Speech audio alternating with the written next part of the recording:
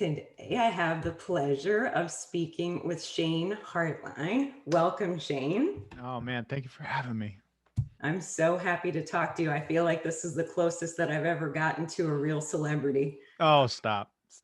But I'll take what I can. No. Um, this it's great to be here. It's great to connect with, you know, people more and more people with the condition.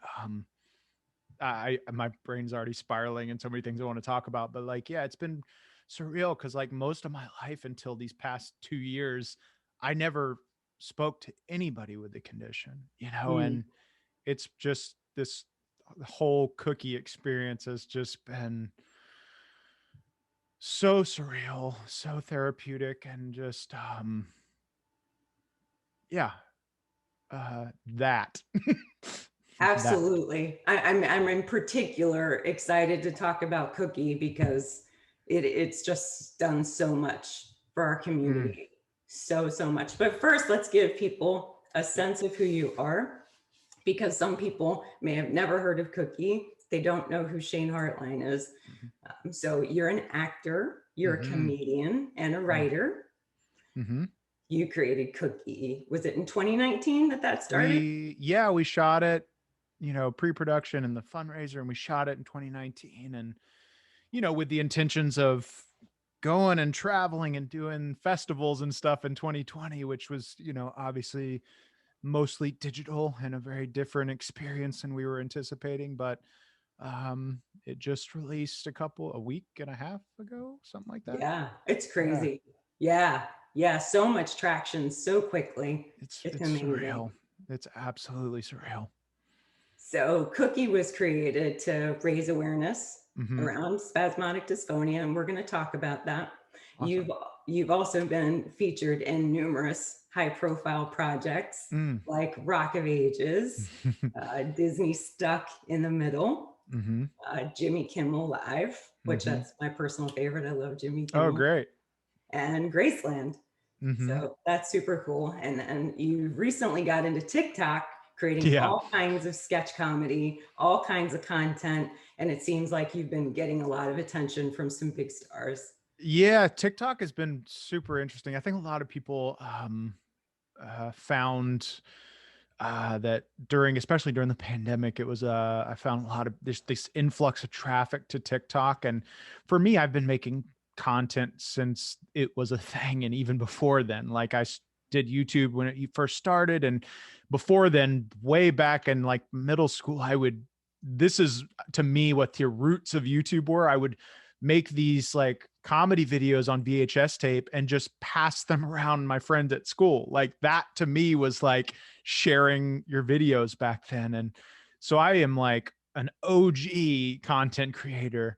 Um, and so TikTok has been really neat, and it's a really great platform because there's no other platform like it in that you can, and I'm case in point, like you can post a video and then the next day have 100,000 followers. It's surreal and career changing for me as an actor and a filmmaker because I recognize that we're in an industry where those numbers do help.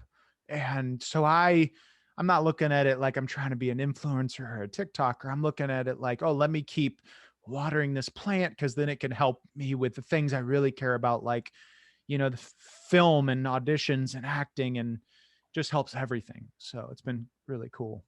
That's amazing. Good Yeah. for you. Thanks. Yeah. And so you're originally from Florida and Mm-hmm. now you live in LA. Mm-hmm. Yeah. I moved here this October will be 10 years. As soon as Wow. I did Rock of Ages, I was like, I'm out of here. I had more money than I had ever had. And like, it was always like my dream. Like as soon as I save enough money, I'm going to Los Angeles. And then all this opportunity, like the opportunity, like, and the money just came in front of me. And I was like, well, this is a huge sign from God to, do this now while I can. And it's been awesome. And met so many amazing people, and been fortunate enough to be a part of some awesome projects and make some awesome projects and keeping trying to keep it growing. That's amazing. I hope you do many more projects because Cookie was amazing. Oh, thank you. Me too. Yeah. Okay, so let's go back to when you were a young boy. Okay. I believe you were diagnosed at 5 years old. So, Well, I no? was not diagnosed at 5. I remember vividly the first time I had symptoms, or like I remember the switch when it happened, the moment it happened. I was in choir in preschool, and we were going around the circle like doing notes or something, and then when it got to me, I literally felt like a switch in my voice, and everyone like looked and like laughed, and Mhm. but I just shrugged it. And my family shrugged it for years, honestly. Like, it went through, like, because it's, and I'm assuming you've experienced this. There's a lot of times where people are like, oh, I never even have noticed it. If you wouldn't have brought it up, I would have never known. So it was a lot of that. And especially as a kid, until you get into years of teenage years where kids start, making fun of people. I was luckily, I got it in a period where that at the time wasn't a big thing. It wasn't until I like around 10 when Okay. kids started making fun of me about it. Mm. And that's when we went to the doctor and I got diagnosed. Um, but there were years where it was like my family thought I was pretending because I was a goofy kid. I was making voices all the time. So they thought like I was just doing a voice, or that I was like, or my voice was changing younger than we would. And, so we didn't like really go and get a diagnosis until, like I said, I remember I like told my parents, I was like, I really want to figure out what's happening here. Like, cause it was just not going away. And, it's already so rare. On top of it, back then, before internet was like a big thing, like it wasn't like you could hop online and Google symptoms. Like, so it was like nobody we knew had anything similar in my small hometown. So it was just blindly, oh, I'm sure it'll be fine type of thing. And that's what's interesting is, most people get it later in life, but Mhm. I've only met one person that's got it as young as I have. But, I never felt what it feels like to have a voice before this. I'm very fortunate that I've gotten it to the mild case that it's at now, but Mhm. it's been like this over the years, and it's obviously heightened by anxiety and stress. And, Definitely. so, I think the journey, and, I'm jumping ahead here, but I think the journey of getting to where I've gotten has been mostly due to being able to embrace it more than fight it. And that's a whole battle in and Ooh, of itself.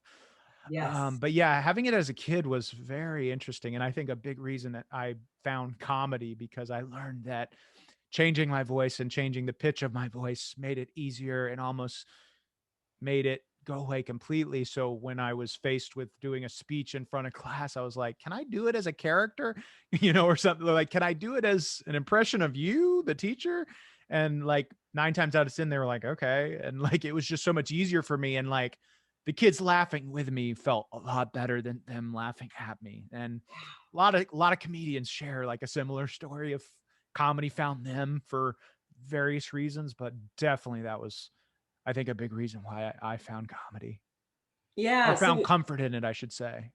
I think that's fantastic. And I will say you are the first person that I'm actually meeting in person over Zoom that has a diagnosis as a child. And I've Mm, noticed on our Facebook group that I think one of the members, I don't know how much you're on there, but Mary posted at what age did you get mhm. SD?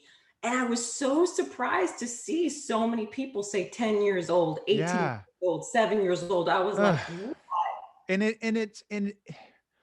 the whole discussion of how you get it, why you get it, it makes me because I've had people ask that because of, trauma or things like that cause some people's SD. For me, I had a beautiful childhood. I had nothing, I was from a Southern family. So like we were louder, but like I was never abused. I was never, I never have gone through a traumatic incident. So trust me, I try to go back and think like, what caused this? Why did I have this? And that's a whole different thought. Maybe I got sick. Maybe, who knows? That's a whole different conversation. But that's what's tough, is also getting it at a young age. It's like, I don't know. Right. And also very frustrating. Well, of course. And it flies in the face of, I've been doing my own anecdotal research since I talked to so many people with SD, and I'm very connected on the community, just asking people, did you suffer anything traumatic in your childhood or, at any point in your life? And could that be a trigger? And I noticed with some people, yes, there seems to be a pattern. But then in cases like yours, you don't fit the profile. Unless I'm really blocking something, but I can almost, from a place, I can guarantee that's not the case. And that's even what's more, like I said, more frustrating with my case. It's like, I just wish I knew, like, not that it would solve anything or change anything. Like, my journey has been my journey thus far, but still you want to kind of know why something like this happens. Sure, sure. So for the moms and dads that are watching that have a child with SD, what was it like for you as a kid? You were, 5, 7, 10, trying to give presentations, talk to your friends, play in the play yard. What was that like? Mostly, until I got into my teenage years, it was, I mean, I didn't deal with much bullying or anything. And I was also fortunately like a larger kid, like, so 9 times out of 10 kids wouldn't mess with me until I became like in middle school into high school. That's when it started getting like pretty thick, and I got really insecure about it. Um, Yeah. but when I was younger, I was fortunate to be surrounded by, like, obviously a positive, loving family and great friends. And I was so consumed with making little home videos on my parents' VHS camera that I was just like, I was in my own world until, teenage years roll along. And then it got really difficult and frustrating, and, just trying to find relief. And I, explored the idea around 17 and 18 of doing Botox, but didn't experiment with it for till I was 30. And like, so, but it was a lot of things very young, or a lot of, I guess, to summarize and answer your question, it was that it got, a little more stressful over the years, but like early wasn't as bad as it became. Well, and the teen years are tough for all of us, right? And then you add Yeah. on top of that, intermittently your voice has a little catch Oh, to and it. I also was a heavy kid, freckles, red hair. Like, I had the whole package of getting picked on. But like I said, fortunately, I was like a larger kid than most, so that was the only line of defense. And also the biggest line of defense that I had is like, I made a point to be like the class clown, like the funny, like so everybody was laughing at me before they even got a chance to, like, okay, what can we pick on, to take the So attention off coping mechanism. ourselves. Absolutely. I don't know if you go to your high school reunions or anything like that, but I would say you're going to have the last laugh if you go, because your girlfriend is absolutely stunning. I saw Isn't her. she? Oh I mean, she's man. just absolutely stunning Oh in man. Cookie, the movie, and also in, I'm I a see lucky man. in your Facebook profile. I mean, she's stunning, and look at what a handsome man you've become. So Oh, I, thank I you. have visions of Shane and Gabby just walking into whatever, high school reunion and saying, "What up, guys?" Oh man. Well, it's funny, we didn't have our 10 year for some reason. It just didn't happen. So we'll see about 20 or whatever the next one's going to be. 15. Yeah, 15. So 15 how probably. old are you? I'm 34. I had to think about it for a second. 34. Yeah. 34. Okay. Mm-hmm. All right, so let's talk about Cookie. Okay. Yeah. I've watched Cookie many times since I was one of the people that donated to when you Thank did you. fundraising effort. Absolutely, I believed in it right when you started talking about it. I was able to see the sneak preview, and then I saw it several times then. And then when you released it recently through Amleto, is that how? Amaletto. Yeah. Amleto. I was watching it and I could not stop watching it. It was just like I kept over Uh, and over and over. And every time I cried deeper and uh, deeper. and deeper, because it's just and I think it's 15 minutes, 13 minutes, like Yeah, what. like 13. Yeah. Yeah, and I was like, man, you captured so many emotions of what Mm. it's like to live with SD in such a short period of time. So I wanted to just ask you about that process, and how did you start to have the vision for this, and how did it come to be? Yeah. Well, first of all, thank you. That like those words and compliments are just so important to me.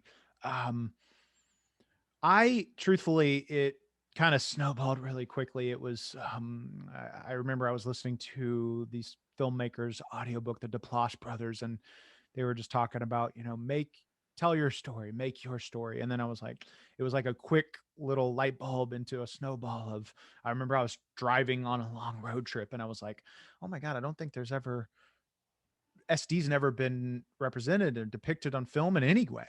Mm-mm. And then like it was just like very quickly, I was like, well, my story's a little pretty unique. Somebody that like wants to pursue a career as an actor gets this thing that kind of like it's not something they didn't choose to get, it's just it was kind of given to them. And so very quickly I just kind of had like, I'm just gonna try to make this and see what comes of it. And I've made shorts before, I've made for micro budgets, and I've made features before with micro budgets. And so I was like, I'm gonna put like $1,500 of my own money into this and just make it as best as I can possibly make it. And but I knew before that I was like, because like it's a huge thing to say, hey, SD community, I want to tell your story and represent you people. So that to me was like a huge responsibility that I needed to get the blessing of the SD community. So I'll never forget making that first post, and I was like terrified to make it. And I was like, hi guys, this is who I am. This is what I want to do. These are my intentions. And would you guys be okay with this? And then like the outpouring of support just floored me. It Mm, was just surreal of people saying, I want to help. I want to help. mm, Please, please. And so I, at that point had said I was never going to do a crowdfunding campaign ever again in my life. I'd done one before for that feature I was mentioning, and I just didn't know what I was doing. So I was like, never again.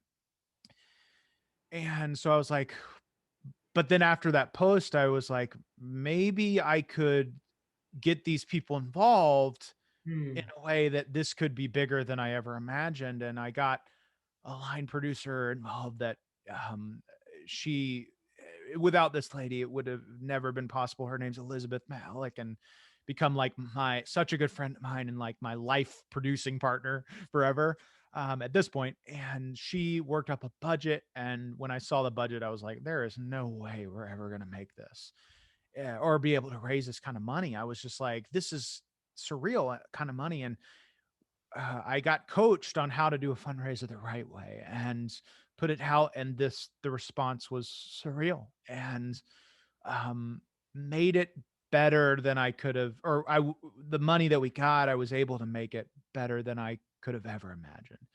And yeah, but it was so important to me. Like you mentioned, like you felt like I was able to fit so much in a small amount of time. And to me, that was so important because, there's so many different um, experiences with SD. There's so many different journeys and frustrations, and everybody's SD is different, that I wanted to include as many frustrations and experiences into one voice as possible without it coming across as an educational film like feeling, like. And that was so important to me. I was like, I am not making an educational film, and I made that pretty clear early on Yeah, to the SD community, like definitely. um but I feel like there is still a way that something can educate people while telling a story. And that was what I feel like we were fortunately able to do. And um so yeah, long very long-winded answer, but yeah. No, it's fantastic. I love hearing, because when you were talking about specifically that first time you had to send Mm. that request for funds, and how terrifying that must have been. I mean, that's that's really the jump that any of us as human beings need to make in order to do really big things. I'm convinced of it. that we stare the fear like right in the face. We look at the potential pain and we say, you know what? I'm going to do this anyway, even though I'm Yeah. shaking as I hit whatever you had to hit, and just trust that God was going to show up on the other side. 100%. I think that that is a big reason why my case of SD is as mild as it is because for me, what I felt has gotten my voice better over time has genuinely been leaping through those terrifying rings of fire in a sense. Mm. And for me, that I think those rings have been are maybe a little bit more terrifying than most for people, like auditions and Oh, table reads at Rock of Ages with every major star in Hollywood surrounding me. Like yeah. these things that, oh my God, increase my anxiety of SD to the peak. But it's like every time I do one of them, things get easier, and like looking back on myself 10, 15 years ago, my voice is like, I don't even sound like the same person. And I Mm. think it's because of years of doing things that have terrified me. And then when I get through with them, I'm like, okay, I'm not dead. I'm all right. you know and that's what maybe has mentally conditioned my voice to get a little better over time, because even like an interview like this 10, 15 years ago, my SD would be kicking through the roof, and it's very mild right now. So it's it's frustrating because I get a lot of people coming to me asking me, what have you done that's gotten yours so light and mild? And I just wish I had like here's the vitamin, but it's not that. To me, all I can ever say is just do more things that scare you and build that muscle of talking on the phone or ordering at the drive-through. And I think the more you do that and you condition your brain, it will get easier. I believe, it's Yeah. one of the things that's helped me. Well, isn't that a recipe for anybody for success? Do Mm, what terrifies you the most, hmm and good things will happen. I SD or think so. I think so. I mean, I had a therapist years ago just lay it out flat. They're like, anytime you're in the face of those things, like literally, it sounds so silly, but say, what's the worst that can happen? Dying is the worst. And that's probably not going to happen, So if you can always just kind of like check yourself, yeah, it's still scary, but the worst is probably not going to happen in most cases. Yeah, well, I would think those table reads Oh, surrounded by big celebrity. I mean, how did you get through that? Like, oh my God. what did you have to kind of like, before we started this, I needed to center myself and ground myself. Like, do you have any techniques, or do you talk to yourself? Like, how do I you do mean, it? over the years, I've definitely like gone through different vocal exercises and stuff before intense things like that. And I do have like a batch of vitamins I take on a daily basis. But I mean, that day in particular, I think the thing that helped me was just, it was impossible to live in my own head with everything that was happening around me, like specifically the Rock of Ages table read, because it was like me and then Paul Giamatti, Bryan Cranston, Tom Cruise, Russell Brand, Catherine Zeta-Jones, every major star in Hollywood, as well as 100 executives and producers in this big warehouse in Miami.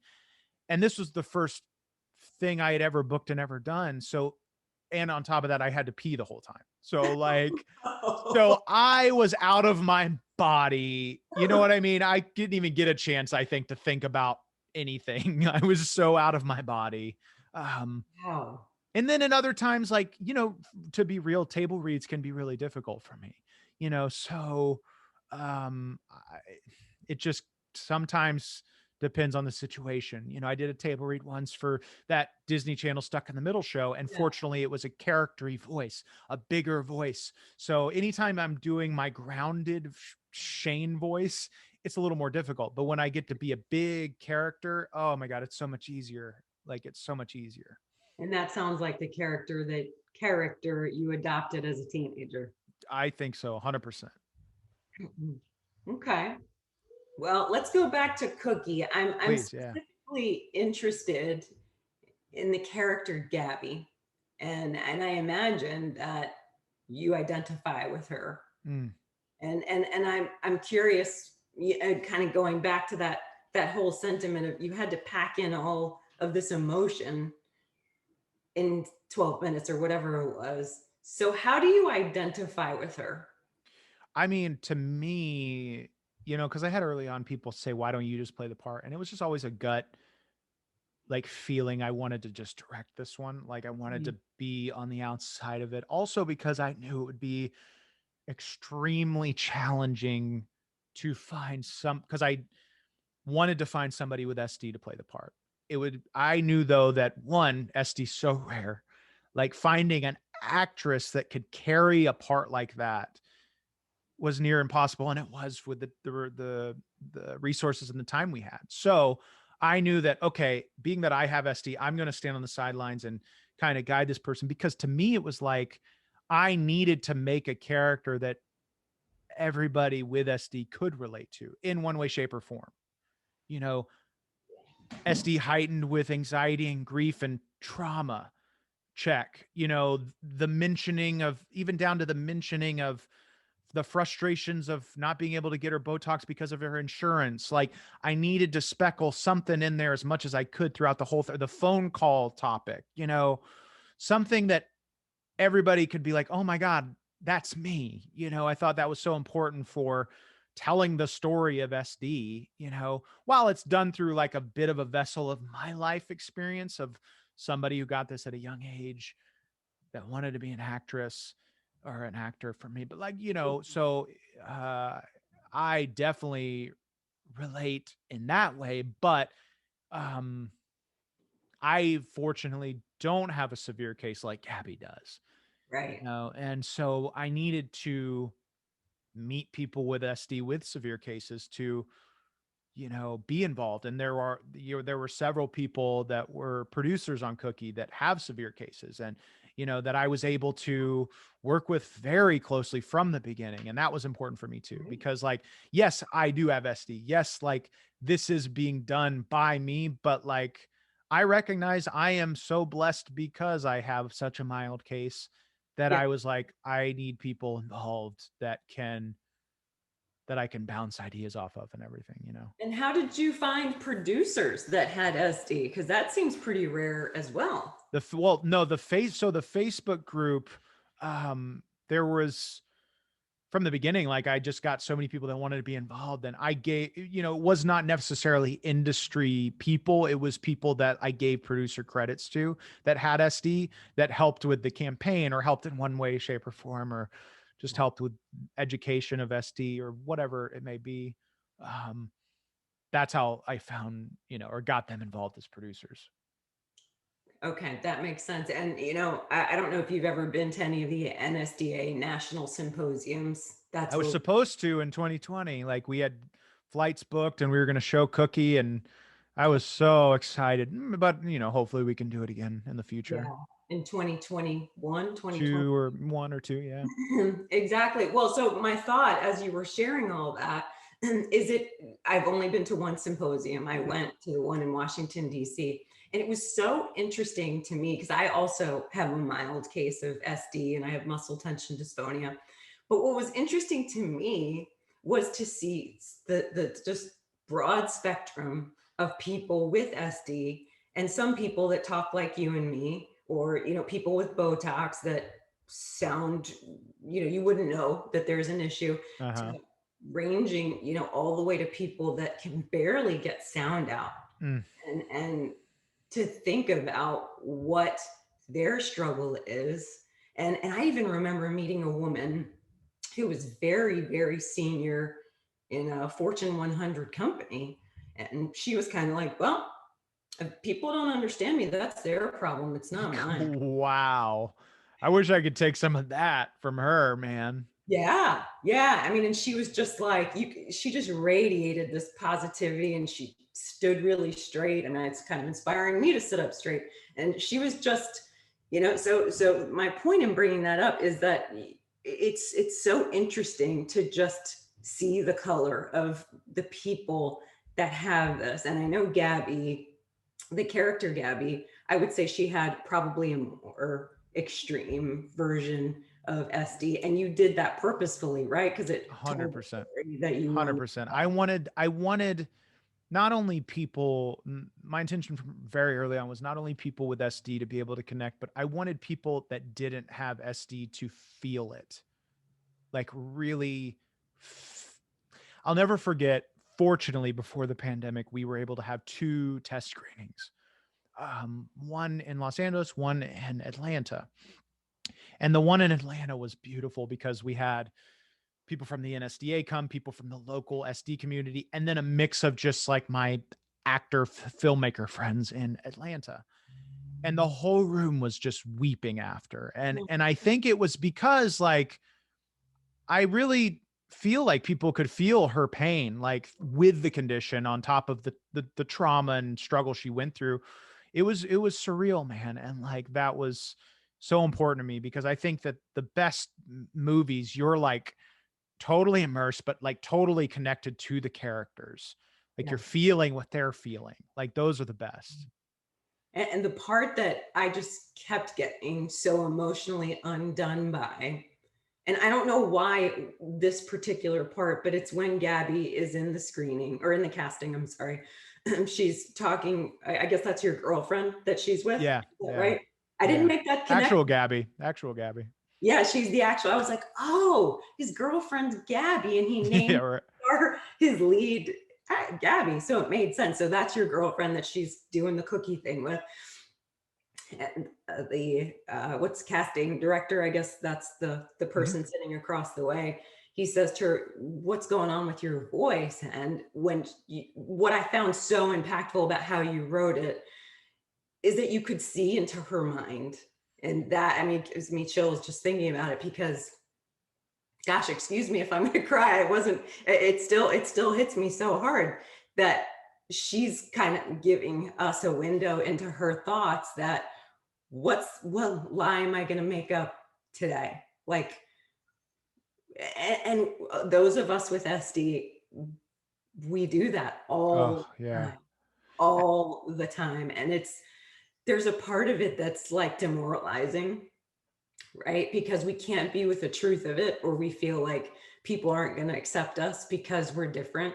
And it was just, you captured it so powerfully. That it means so much to me that you recognize that part because there's a lot of reasons why that part specifically is the most important part of the short to me. That in everybody's journey with SD is the hardest hurdle, in my opinion, is accepting it Yeah. and then being able to just be like, this is my voice. Yes. For me, for me, that was Cookie. And that's why that part is so important is Cookie. And that first post to the SD community was the first time I've ever gone public about it. So that was terrifying. And it was Yeah. a private page of people I knew that would accept me. But then going public about the fundraiser and making the video where I was like, I am an actor with a neurological condition Yes. was terrifying Yeah. because my biggest fear has always been this is going to hold me back from opportunity in my career. It's going to hold me back. So that taking that first step was like the first step in the journey of me self-accepting or accepting this. But what's even crazier is, and it's so trippy that part connected with you, was when we were filming it, the camera was very close to her and I was right there. Like, and that was the take. Like after we cut, I weeped because Oh, what I just told you, it was like that moment was this whole thing for me personally. yes. And it just, the way she did it and the way she delivered it, and it was so powerful. And like, I was like, that is our take. Like, we are using that take because it pierced my soul, man. And she was phenomenal. And it's just trippy to me that was the part that connected to you two.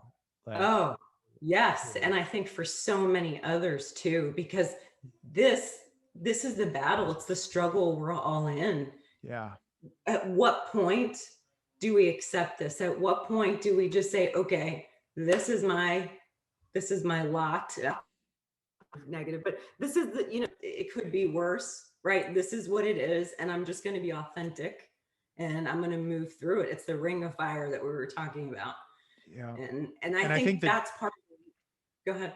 oh, I was just going to say, and I think that the more deeper, frustrating question we face with having this is like, what is the purpose? What is the meaning? What is the bigger picture of me having this? Getting SD was a blessing because had I not, I think I would have started my life down this trajectory where I could have potentially lost my husband, not paid the kind of attention to my children that they required. And I would have just been this like, I don't know, money hungry, career obsessed person. And so getting the diagnosis and losing my voice actually had me chart a different path for myself that has turned out to be a huge blessing. And my marriage is incredibly healthy, incredibly strong. I have wonderful relationships with my children, and I'm just reinventing myself, which I think is fantastic. And I think that so there's a reason that we're all walking through this. And I know it's hard to be, why am I walking through it? But I do believe that if we look for the blessings, we will see them. Absolutely. I think that, it's similar, you kind of, when something like this happens to somebody, I got to imagine later in life, it just, like you said, it just forces you to um, kind of stop and reevaluate a little bit. Um, so that I got to imagine, yeah, wow, that's beautiful. Thank you. Thank you. So as far as your experience with vocal coaching or Mhm. Botox, what have you done any of that, or did you just decide that that wasn't kind of an avenue for you? Oh, let me tell you, over my life, I have experimented with lots of things. As I've done acupuncture, hypnosis, Botox, vitamins, regression therapy, energy healing, massage therapy, worked with many vocal coaches. So I have definitely experimented a lot.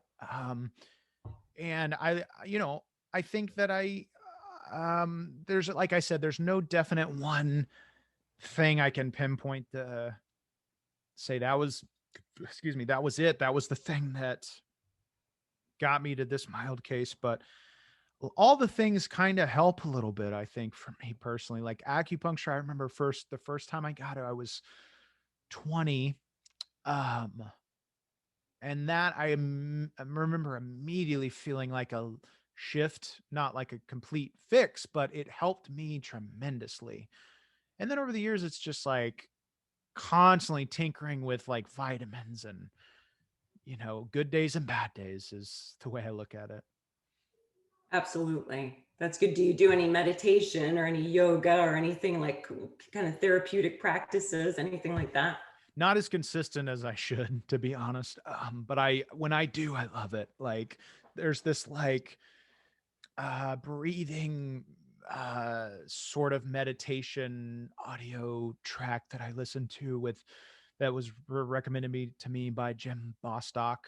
Um, that I like swear by. It's just one of those things, like especially with everything I'm doing, it's like a 20-30 minute time commitment that I should give myself every day that I conveniently can't find that 20 minutes every day. But when I do, it definitely helps, I think. And can you share it? Is it something that we could It's a download the meditation, or is it something you have to buy? I think, yeah, I'd have to ask him. I'm sure he's totally fine with sharing it, but yeah, it's great. It was Jim Bostock shared it with me, but it was this guy who did it. This guy Richie, I think if you Google him, it's like Richie the Breath Guy or something like that. That's like his website or something like that. I wish I knew it off the top of my head, but I believe he also has an iPhone app that you can download tons of breathing exercises and tracks like that. But it's been amazing, and I just feel good after too, and which I think is a big thing for people with SD. Definitely. Have you heard of Julie Melody and her groups that she's doing? I talk to The her the trauma regularly. release groups. Yeah, I haven't had a chance yet to jump in one of her sessions. Have you done one? Yeah, yeah, I've actually been doing them for a year, and I think Oh it's yeah. helping a lot. Oh, that's amazing. Yeah. Yeah, I didn't know you talked to Julie regularly. That's cool. Yeah, yeah, we talk on Facebook, and that's been the coolest part of Cookie, is just being able to connect with all these people within the SD community. And yeah, it's great. I gotta make a try to get into one of her sessions soon. Yeah, we would love to see you there. That'd be Yeah, great. I'm sorry I'm still frozen. I'm not it's really all sure. good. You're so sweet. Okay, so just two more questions. So what are Sure. some of your SD pet peeves? The thing that comes to mind immediately is when somebody like questions it, but in a very like, I guess, a negative energy. I had an incident about a year ago where, and usually it doesn't bother me at this point, and I immediately can just explain it pretty quickly. But this isn't a year ago. Like, this was pre-pandemic, and I regressed instantly to a teenager. But this guy out of nowhere outside of a comedy club, he was just like, "Oh my God, what's wrong with your voice? You sound like death." And I was just Oh, like, no. "Oh my God." So that kind of aggressive questioning, I guess, is a good way to put it. That's the first thing that comes to mind. And I mean, another one just being like, really like the lack of representation, I want to say, in like specifically the entertainment community. And there's been so many, especially we're in a time right now where inclusivity and representation is at its peak. And I think that that's why Cookie is so important to me, is like, hey, why can't there be an actor or an actress with a vocal condition? They're humans. They tell stories too. So that's really a big fight I'm going to try to have through Cookie, is that, you know, you the entertainment business represents all people with all kinds of disabilities and things that make them quote unquote different. But it's that word different needs to be changed. The whole outlook needs to be a little bit more wide and more accepting of things like this, because there were times and experiences for me personally in the entertainment industry where I didn't speak up and I lost some lines, I lost some opportunity, I lost, I think it did hold me back a little bit in certain moments that if I had I been more open, or there had been a little bit more knowledge of the condition, maybe it wouldn't be something that I feared, on set, like, oh my God, they're gonna fire me, or they're gonna cut my lines or something.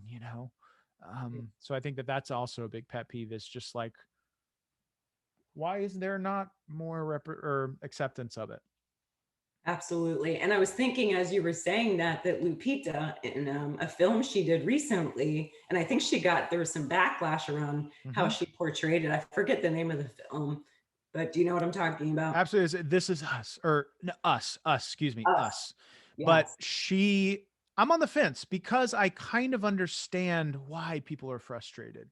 Um, I get where she's coming from. I also get that she should have given it a bit more respect. If you're going to be open and you're going to say, "Oh, I took inspiration from people that have this condition," and then when people with this condition are like, "Oh, this is great. Hey, you're kind of like bringing awareness." Then she's starting like saying like, "I don't want to hear anything more about this. Like, kind of leave me alone." It's like, "Oh, no, no, no, ma'am. Like, you can't just use us and then toss us." It was just a lack of respect. And that's what was so important for me, of whoever I casted to play Gabby and Cookie. I was like, it's not just, you're not just going to show up. A lot of work is going to need to go into this. A lot of respect is going to need to go into this, because you're representing a large group of people here, Definitely. and that have had no representation. And so Right.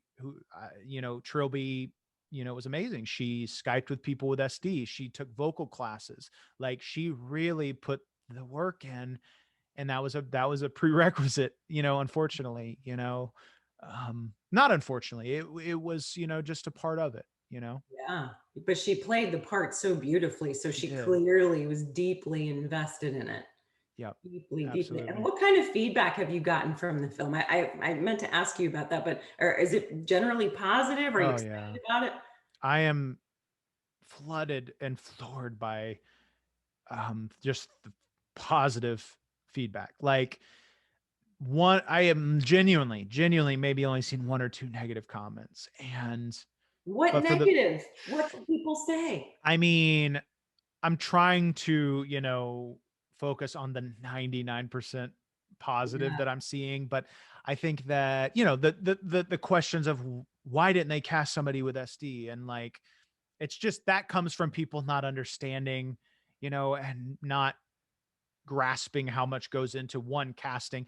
And you can't go on the street and ask somebody to just, hey, do this surgery for me. Oh, you're not a doctor, that's okay. Like, acting is not, it's easy for some, but it's also a very hard thing to do. And this was a heavy part. This was a part that needed to be, we needed a strong actress because it was bigger than just a short film.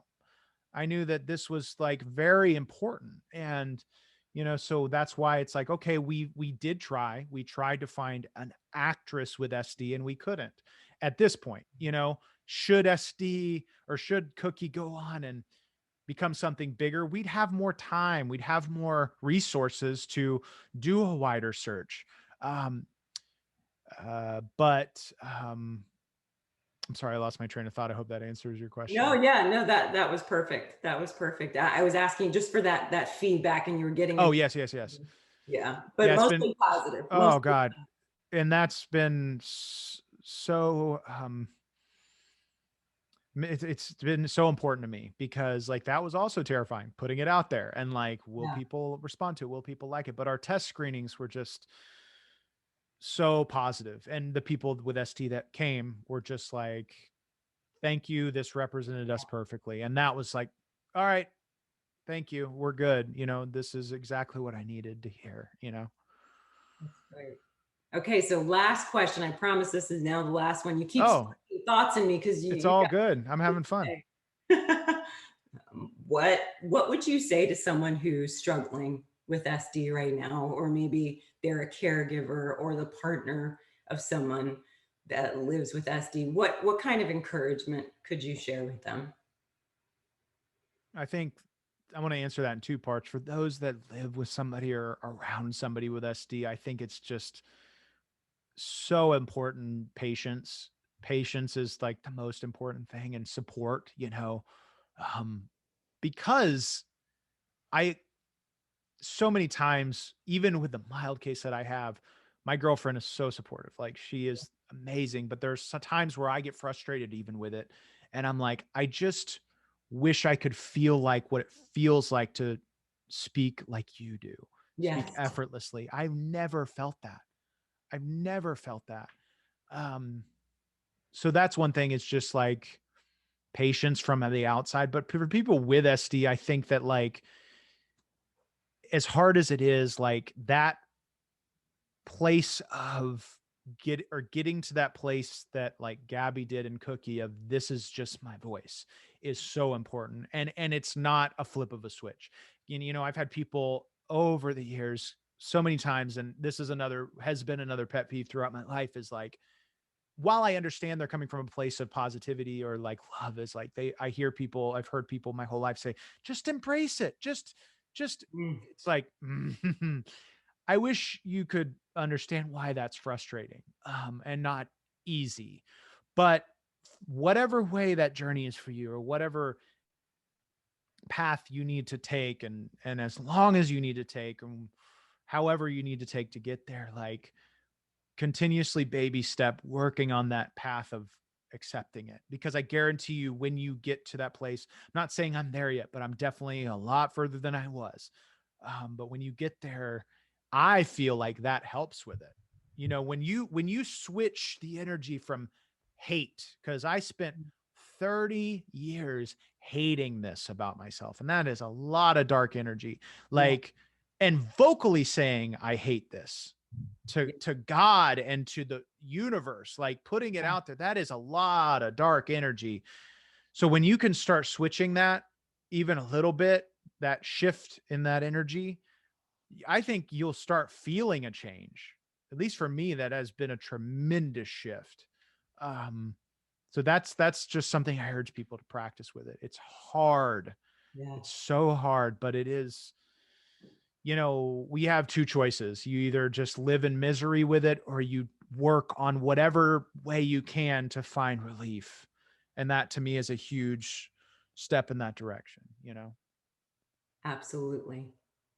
Shane, thank you so much. It's As so part of amazing to connect with you. Like I feel like we're like brother and sister, like just feel like a beautiful connection. I love it. absolutely. And as part of the SD community, I want to thank you Oh, so much for what you're doing for our community, for shedding a light and not allowing the darkness to win.